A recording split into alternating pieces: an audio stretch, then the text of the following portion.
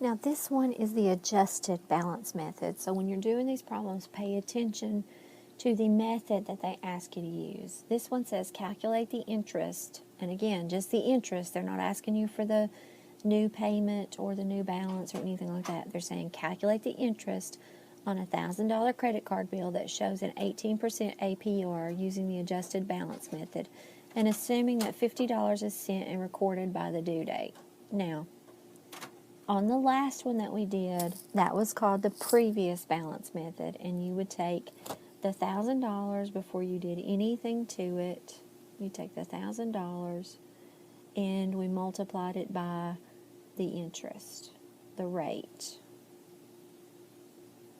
And that actually gave us the amount of the interest. This problem is the exact same problem. It just says to use the adjusted balance method. So when we look at this one, we have to adjust the balance before we apply the interest.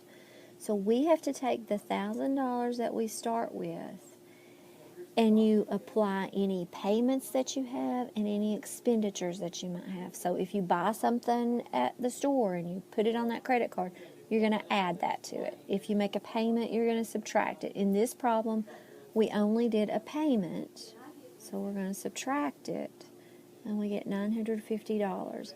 The $950 is where you apply the interest, and it works just like we did before. You take the 18% interest, 0.18, and you divide it by 12 or multiply it by 1/12, which is the same thing, and that's how we got 0.015. That's the part that we use for the interest.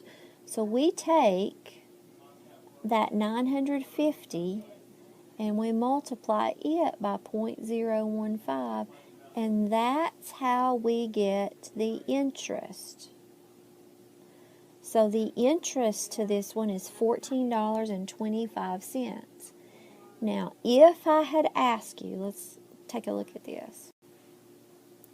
If I had said to you, you need to calculate your new balance, you have the 950 that you got from taking the 1,000 minus the payment, and you have the interest, which came out to $14.25, and those are the two things that you add together to get the new balance. So if I ask you for the new balance, that's this. If I just ask you for the interest, that's this.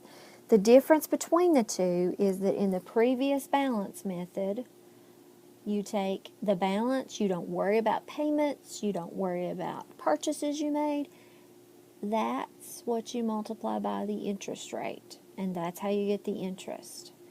In the adjusted balance, you take the $1,000 and you do your payments, you do your purchases, and your final result is what you multiply by the interest rate. That's the difference in the two methods. So the interest on this one, even though it looks like the same problem, is a little more than the interest on this one because of the method that we used.